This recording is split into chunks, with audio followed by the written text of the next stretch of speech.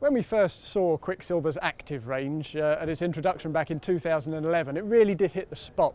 Economic times were quite tough and people who were buying relatively affordable boats needed them to do a bit of everything. Well, since then, that range has expanded from just 10 boats to 24. And this new boat, the 805 Cruiser, is the second largest in that entire fleet.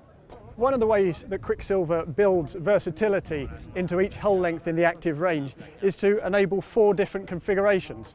In the case of the 805, that means you can have an open configuration, a Sundeck, you can have a Pro Fish for keen fishermen, or you can have this, the new Cruiser, which uses a dining area to port of the cockpit, a conventional double berth down below, and a second guest double berth just below the helm. Down below, things are quite spacious and quite bright. Even though there's a kind of letter slot access to the second berth, once you're in there it's perfectly comfortable.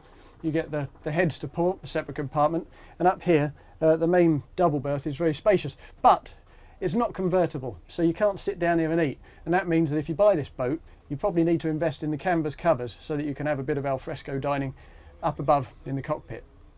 With the F-150 on the transom, this basic package can be yours for €51,000, and that really is great value.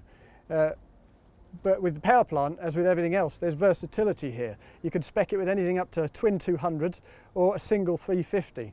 In short, this nails pretty much what's made the Active range so successful. So it's small wonder that Quicksilver now builds just 9 boats that fall outside that Active umbrella.